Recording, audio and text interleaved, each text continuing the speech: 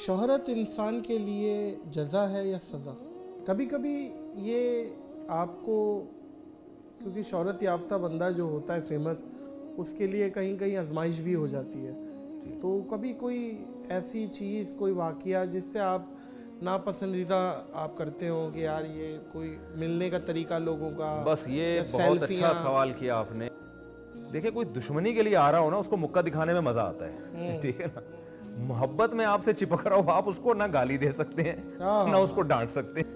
یہ صرف یعنی بغیر دوپٹے کے خواتین ہیں، اس کا مطلب لبرل خواتین ہے نا، لیکن ایک مولوی سے مل رہی ہیں، یہ مذہب سے محبت کی ایک علامت ہے کہ ان میں ایمان کی تھوڑی سی رمق باقی ہے.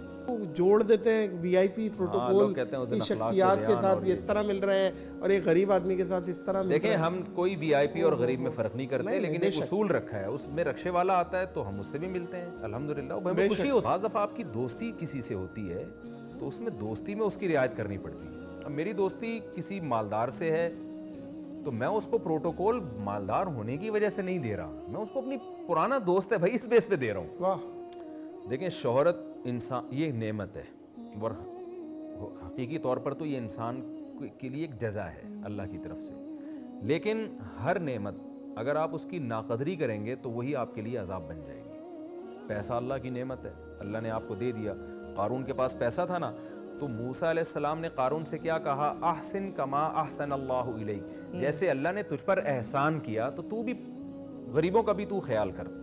تو موسیٰ علیہ السلام نے پیسے کو عذاب نہیں کہا بلکہ احسان کہا. تو اس سے پتہ چلتا ہے کہ دنیا میں جتنی بھی نعمتیں ہیں یہ اللہ کے احسانات ہیں. تو شہرت بھی اللہ کی طرف سے ایک احسان ہے، لیکن اس احسان میں آپ اترانا شروع کر دیں، آپ دوسروں کو نیچا سمجھنا شروع کر دیں یا اس شہرت کا ناجائز فائدہ اٹھانا شروع کر دیں تو پھر یہ اللہ کا عذاب بن جائے. قارون کو اللہ نے دولت دی، اس نے وہی دولت اس کے لیے عذاب کا ذریعہ بن گئی اور اسی دولت سمیت اللہ نے اس کو زمین میں دھسا دیا. تو شہرت اگر آپ کو ملی ہے یہ اللہ کی بہت بڑی نعمت ہے، کہ آپ اس نعمت کو کیش کرائیں اچھے کاموں میں اور اس نعمت کا ناجائز فائدہ نہ اٹھائیں. کبھی کبھی یہ آپ کو، کیونکہ شہرت یافتہ بندہ جو ہوتا ہے فیمس، اس کے لیے کہیں کہیں آزمائش بھی ہو جاتی ہے، تو کبھی کوئی ایسی چیز، کوئی واقعہ جس سے آپ ناپسندیدہ آپ کرتے ہوں کہ یار یہ کوئی ملنے کا طریقہ لوگوں کا؟ بس یہ بہت اچھا سوال کیا آپ نے، اور آپ کے چینل سے یہ بات اگر لوگوں تک چلی جائے تو بڑا اچھا ہو جائے گا. لوگ جو ملاقات کرتے ہیں ظاہر عقیدت میں کر رہے ہیں، محبت میں کر رہے ہیں، اور میں اپنے آپ کو اس قابل نہیں سمجھتا کہ لوگ مجھ سے عقیدت کریں. ہم تو اللہ نے ایک ستاری کا معاملہ کیا ہوا ہے، ٹوٹے پھوٹے آدمی ہیں، لیکن لوگوں کا خیال ہے کہ ہم بہت نیک ہوں گے، بہت بڑے عالم ہوں گے. تو بیچارے لوگوں کی نیت پہ تو ہمیں شبہ نہیں ہے، لیکن لوگوں کی مثال میرے ساتھ اب ایسے ہو گئی ہے، اندھی کے بچہ ہوا اور چوم چوم کے مار دیا اس نے. اندھی کا بچہ ہوا. تو میں ابھی اپنا واقعہ سناؤں. پرسوں جامع الرشید میں نے ظہر کی نماز پڑھی، مجھے چھینکیں آنا شروع ہوئیں. میرے لیے 4 فرض پڑھنا مشکل ہو گیا، اتنی چھینکیں آ رہی تھیں. میں نے کہا میں فوراً بھاگوں، تھوڑا دھوپ میں بیٹھوں. میں دھوپ میں بیٹھنے کے لیے باہر نکلا ہوں. 4 لڑکے مجھے دیکھ کے آئے مصافحہ کرنے کے لیے. اب میں آفس میں اس لیے نہیں بیٹھ رہا کہ ایئر کنڈیشن کی وجہ سے اور چھینکیں آئیں گی. میری ناک بہہ رہی ہے. میں نے کہا یار سٹاپ کیا نا، وہاں ٹھہر جاؤ، مجھے تھوڑا نارمل کنڈیشن میں آنے دو. نہیں جی، ان کی عقیدت، چونکہ انہوں نے مجھے دیکھا، انہوں نے مغروریت کا فتویٰ لگا دیا. انہوں نے زندہ مجھے پہلی دفعہ دیکھا، ہمیشہ یوٹیوب پہ دیکھا تھا.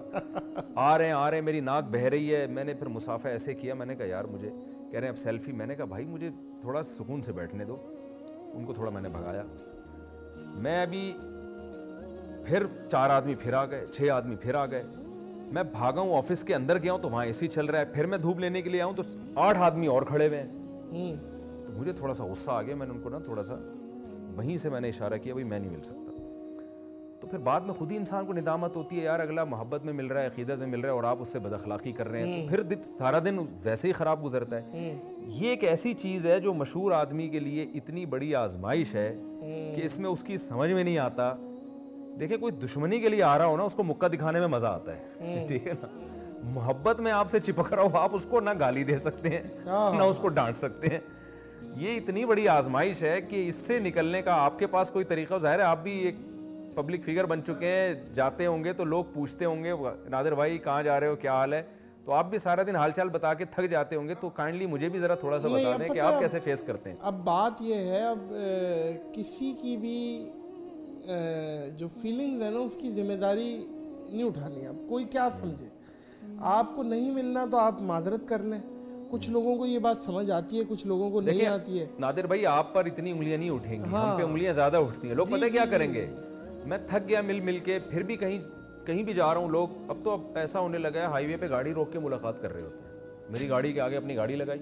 اب اس میں اگر خواتین بھی ہیں تو ان سے کیسے آدمی ان کو دھکا دے کہ بھائی, اور زیادہ خواتین کا احترام کرنا پڑتا ہے. فیملیز آ رہی ہوتی ہے نا, اللہ کا شکر ہے میں اپنے آپ کو اس قابل نہیں سمجھتا. میں کوئی یہ نہیں کہہ رہا کہ میں یعنی اللہ نے ٹوٹی پھوٹی عزت دی اللہ کا, یہ لوگوں کی بھی. میں تو لوگوں سے کہتا ہوں یار یہ لبرل قسم کی خواتین ہیں, یہ لبرل, یہ ایک مولوی سے مل رہے ہیں, یہی بڑی بات ہے اس زمانے میں. یہ ان کی مذہب سے محبت کی علامت ہے.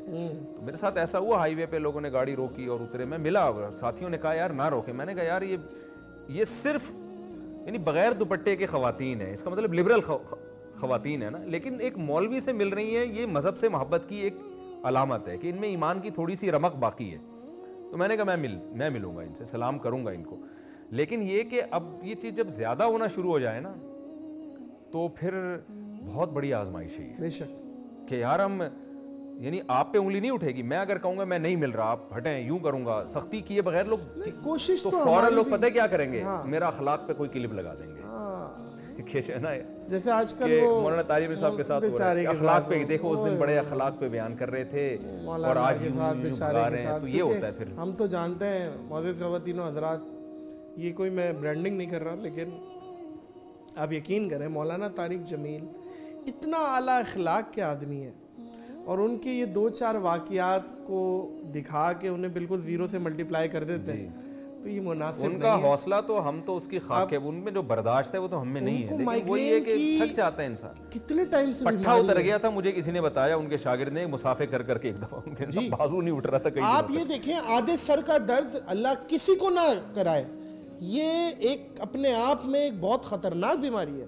اب وہ کس حیثیت سے ہیں, کیا ہیں, لوگ وہ جوڑ دیتے ہیں وی آئی پی پروٹوکول کی شخصیات کے ساتھ یہ اس طرح مل رہے ہیں, اور ایک غریب آدمی کے ساتھ اس طرح. دیکھیں ہم کوئی وی آئی پی اور غریب میں فرق نہیں کرتے, لیکن ایک اصول رکھا ہے, اس میں رکشے والا آتا ہے تو ہم اس سے بھی ملتے ہیں الحمدللہ, ہمیں خوشی ہوتی ہے. بے شک ایسے ہی ہے. میرے شیخ حضرت مفتی رشید احمد صاحب رحمہ اللہ کی محفل میں ایک شخص آیا, یہ واقعہ ان کی سوانے میں لکھا ہوا ہے کہ ایک بڑا مالدار آدمی آیا تو حضرت نے اس سے نام پوچھا, خیریت پوچھی, بس. ایک رکشے والا آیا نا تو حضرت نے بہت دیر تک اس سے بات چیت کی. تو مجلس میں ایک شخص بیٹھا ہوا تھا, اس نے یہ پوری نوٹ کی ہے کہ میں ان کے ساتھ آپ کا ایٹیٹیوڈ دیکھ رہا ہوں یہ ہے, اور ایک رکشے والے کو آپ اتنی عزت دے رہے ہیں. تو ایسا نہیں ہے کہ علماء مالدار اور غریب میں فرق کرتے ہوں. اچھا ایک بات یعنی ہم اصولی طور پر جو ٹائم لے کے, ایک میں نے اپنے اسسٹنٹ کا نمبر دیا ہوا ہے کہ بھائی ان سے ٹائم لیں, وجہ بتائیں, ایک طریقہ ہے, اس میں ملتا ہوں. مجھے خود ملنے کا شوق ہے, مجھے فائدہ ہوتا ہے. دیکھیں آپ لوگوں کو سکھاتے جتنا ہے نا, اس سے زیادہ لوگوں سے سیکھ رہے ہوتے ہیں آپ کہ معاشرے میں ہو کیا رہا ہے. اچھا میں کوئی ڈاکٹر آتا ہے نا تو میں اس سے کہہ دیتا ہوں بھائی ڈاکٹر صاحب جتنا بات آپ نے مجھ سے کرنی ہے اس سے زیادہ میں آپ سے کروں گا. میں ان سے میڈیکل سائنس کی چیزیں پوچھنا شروع کر دیتا ہوں. کوئی سیاستدان ملنے کے لیے آتا ہے, مسلم لیگ نون کے صاحب آئے تھے ملنے کے لیے, کبھی کوئی پی ٹی آئی کا بندہ آ گیا ملنے کے لیے, کوئی جے یو آئی کا, تو میں ان سے الٹا پوچھنا شروع کر دیتا ہوں سیاست کے بارے میں, کیونکہ مجھے بھی تو نالج چاہیے نا. صحیح. تو مجھے تو فائدہ ہوتا ہے لوگوں سے مل کے. اس کو کہتے ہیں آبزرویشن. ہاں, دوسرے سے لینا, آبزرو کرنا. میں تو فائدہ ہوتا ہے مجھے, تو میں تو چاہتا ہوں لوگوں سے ملاقاتیں رہیں. جو علماء بالکل بند کمرے میں بیٹھ جاتے ہیں, ان کا تو علم بھی رک جاتا ہے, ان کے تو وہ معاشرے کو گائیڈ بھی نہیں کر سکتے. نہیں, علم تو امانت ہے جو دینی ہے آگے لوگوں کو. تو 2 چیزیں لوگوں کو غلط فہمی دور ہونی چاہیے. آپ ایک طریقے سے آئیں تو ہم انشاءاللہ یہ فرق نہیں کریں گے کہ آپ رکشے والے ہیں یا آپ جوڑیا بازار میں ٹھیلا لگاتے ہیں یا آپ کوئی بہت بڑے آدمی ہیں. انشاءاللہ یہ امید ہے یہ فرق نہیں ہوگا. دوسری بات یہ, ایک آخری بات, کہ بعض دفعہ آپ کی دوستی کسی سے ہوتی ہے تو اس میں دوستی میں اس کی رعایت کرنی پڑتی ہے. اب میری دوستی کسی مالدار سے ہے تو میں اس کو پروٹوکول مالدار ہونے کی وجہ سے نہیں دے رہا, میں اس کو اپنی پرانا دوست ہے بھائی اس بیس پہ دے رہا ہوں. لیکن لوگ اس کو بھی دیکھ رہے ہوتے ہیں. میری غریبوں سے بھی دوستی ہے الحمدللہ. میں اپنے جو غریب شاگرد ہیں ان کے ولیموں میں گیا ہوں, اتنے غریب کے گھر میں بٹھانے کے ان کے پاس جگہ نہیں ہے, لیکن میں اپنے ساتھیوں کو بٹھا کے لے گیا ڈھالے میں کہ چلے یار وہ ہمارا پرانا یار ہے, کوئی بات نہیں, کیا ہوتا ہے, ہم بیٹھ کے وہاں بھی جاتے ہیں. تو دوستی مالداروں سے بھی ہوتی ہے, غریبوں سے بھی. اب مالدار سے دوستی ہے تو ظاہر ہے پھر اس کا وہی پروٹوکول ہے, اس کو آپ نے انزل الناس منازلہم حدیث میں آتا ہے, لوگوں سے ان کے لیول کے حساب سے آپ ان کو پروٹوکول دیں, جو جس کا لیول ہے وہ آپ کو دینا پڑے گا. تو یہ تو احادیث سے ثابت ہے. تو یہ بدگمانی ہے, لوگوں کو اس سے اجتناب کرنا چاہیے.